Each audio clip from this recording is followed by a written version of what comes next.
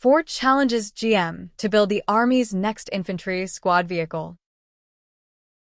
Ford Motor has entered the U.S. Army's Infantry Squad Vehicle Heavy ISV-H competition after being selected to develop prototype vehicles alongside GM Defense and BC Customs.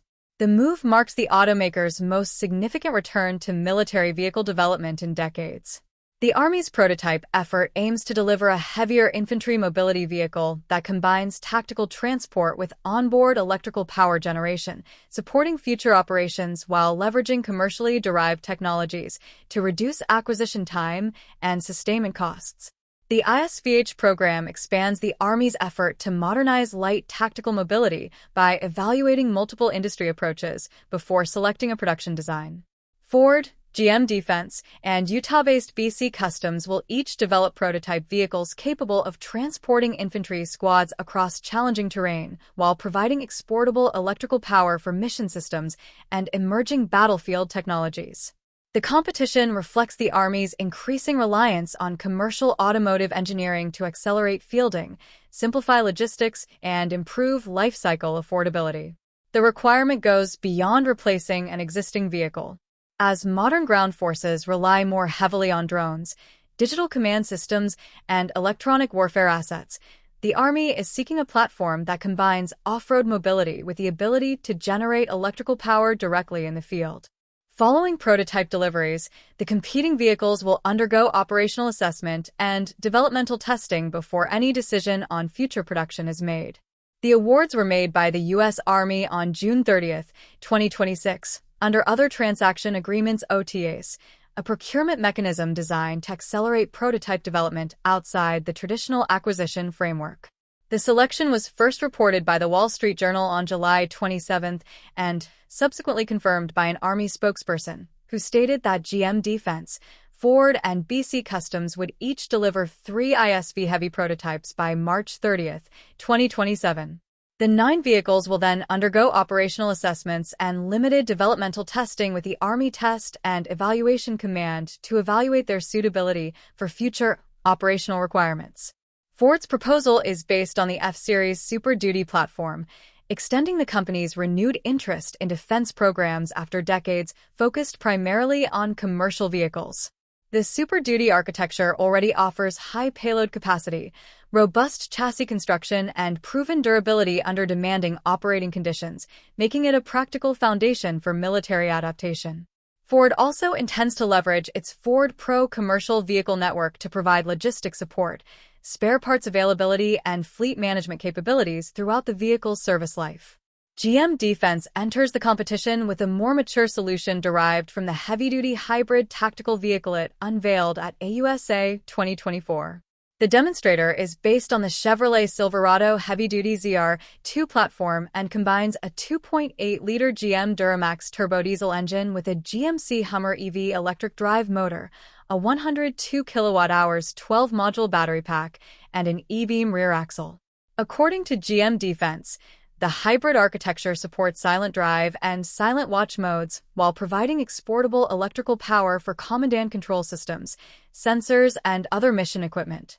The company also states that the vehicle can accommodate up to 6 personnel, supports modular mission configurations including electronic warfare and counter-uncrewed aerial systems, and remains compatible with military fuels including JP-8, DF-2, JETA, and F-24. The platform is also designed for internal transport aboard a C-130 and external sling load transport beneath a CH-47 helicopter. Electrical generation has become one of the defining requirements of the ISV-Heavy program. Army documentation calls for a platform capable of delivering continuous high-voltage direct current alongside 28-volt DC and 120-volt AC power outputs to sustain a broad range of battlefield systems. As infantry formations increasingly deploy unmanned aerial systems, digital command and control networks, and electronic warfare equipment, a vehicle that functions as a mobile energy source reduces logistical demands while increasing operational autonomy for dispersed units. The ISV-Heavy requirement is primarily shaped by the Army's need to move electrical power with small formations rather than by a demand for heavier protection. The service is seeking a vehicle for up to 6 personnel that can provide 60 kilowatts of continuous high-voltage direct current power, 15 kilowatts at 28 volts DC, and 4.8 kilowatts at 120 volts AC.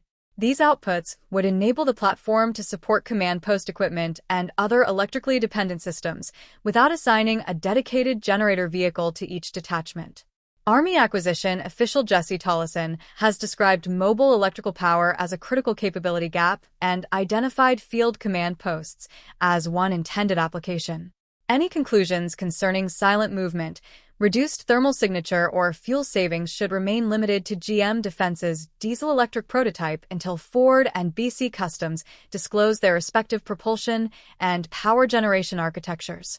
The central issue to be examined during Army testing is whether the vehicle can generate the required power while preserving mobility, payload, and reliability. The heavier commercial chassis creates space for energy storage, power electronics, and mission equipment, but it also carries measurable penalties. The proposed ISV-Heavy is approximately 9,000 pounds heavier than the original 9-seat ISV and accommodates between 2 and 6 personnel, depending on configuration. The 9 prototypes due by March 30, 2027, will therefore undergo operational assessments and limited developmental testing under Army Test and Evaluation Command rather than moving directly into production. At this stage, the program demonstrates an effort to combine tactical transport and mobile power generation on a single chassis, but it does not yet demonstrate that the resulting vehicle will reduce logistical demand or improve survivability under combat conditions. Those effects will depend on test results covering terrain performance, electrical load management, reliability, and the impact of added weight on deployability.